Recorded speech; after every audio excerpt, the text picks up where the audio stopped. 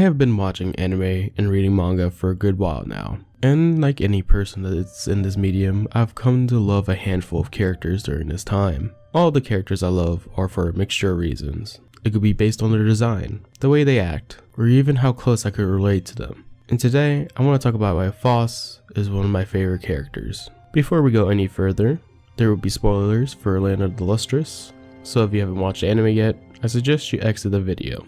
When I first saw Phos on my monitor screen, I didn't really know what to make of the gem. Sure, the gem's design was interesting, and Phos was a goofball of sorts, but nothing about Phos was really all that interesting, at least not at first. Land of the Lustrous characters are based on real life gems, so diamond is shining beautiful, obsidian is obsidian, and so on and so forth. Phospholite is one of the weaker minerals we have on Earth, and as such, in Land of the Lustrous, Phos can't do combat due to the gem's level being weak. So how in the world could a character that doesn't really have any upside at first, besides their humor, end up being one of my favorite characters? Well, it's really quite simple.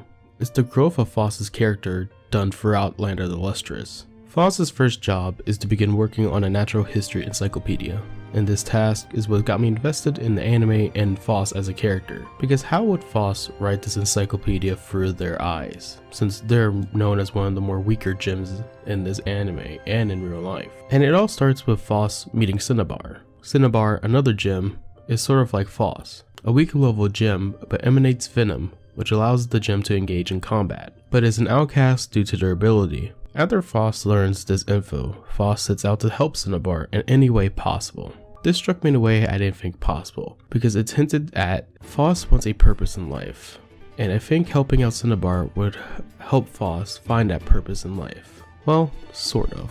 From here on out, Phos goes through a lot of searching, gathering information, and through a series of events, gets a new set of legs. Without going into too much detail, Phos was stuck between a rock and a hard place to say the least, and lost their regular set of legs, but gained a new pair that came with the ability of fast speed. With this small upgrade, Phos was allowed to engage in combat, but it's not that easy. Phos wants something to do in their life, and combat could have been one of those purposes, but that dream is quickly crushed away as Phos learns combat isn't all that it's made out to be, especially against the enemies like ones in the Lands of the Lustrous. These few events were hard on Phos, but made me like the idea of their character more, which may not seem like a lot, but Phos could have easily given up on everything due to their expectations being broken, but Phos didn't. They continued to move forward, and that's where the next arc comes into play, where Phos becomes my favorite character, or at least one of my favorite characters, and that's during the winter season arc. After most of the gems have fallen asleep for winter, Phos decides to stay awake and train. By doing so, Phos will team up with Antarctite. During this winter season, they don't hit it off all that well at first, but like any partnership, over time they get closer to one another. Phos learns a good amount of information and it gets a good amount of experience from Antarctite, but right when things were at their peak between the two, Antarctite was killed off by one of the enemies, and Phos is both devastated and lost for words. Up to this point, many of the gems have been broken, but since all their pieces were found, they were always able to be put back together. But this time it's impossible. Phos learns yet again that life as a gem is hard, and they had to learn it the hard way by losing a person you were getting along with. And for the first time, it looks like Phos was able to show some sort of emotion of sadness. After the winter season is over and all the gems start to wake up, they find out Phos has been the one protecting them while they were asleep.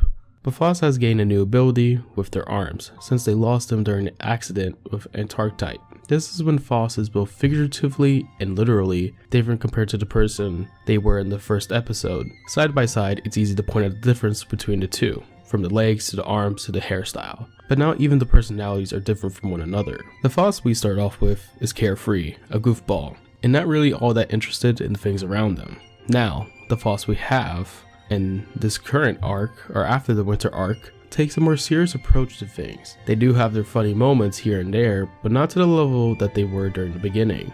And this Phos is more interested in the world around them. Who were the people before the gems? And why is their master so friendly with the enemies? However, there is a downside to this Phos, and that's the original purpose they set out for themselves. And that was finding a purpose for Cinnabar. When gems lose pieces of their body, it's likely they could lose pieces of their memories, and that's what happened when Phos lost their arms. It hurt Cinnabar a lot that Phos forgot about this, But in hindsight, what Foss has had to go through came up with a job for both Cinnabar and Foss that only they can do, and that's figuring out more of their world, and this could be the purpose in life both have been looking for. Foss goes through one of the more better character development arcs in recent seasons, and there's a lot of time invested into their development. Foss also hits everything I look for when I really like a character, from an outright cool design to going through development that is well done. Foss is a character that I like deeply, not because I can connect to them on a personal level, but because they never backed away from what was in front of them, and they kept pushing forward. And since we never know if we'll ever get another season of Land of the Lustrous, I'm more than likely going to give the manga a shot, since I want to see Foss continue to grow, and see what else happens to the other gems. This is the end of the video, and I hope you all enjoyed it. This might be a start of a new series where I talk about my favorite characters from anime and tell you why that is. Other than that, I hope you all have a safe and great rest of your day. And until the next video, I will talk to you all later.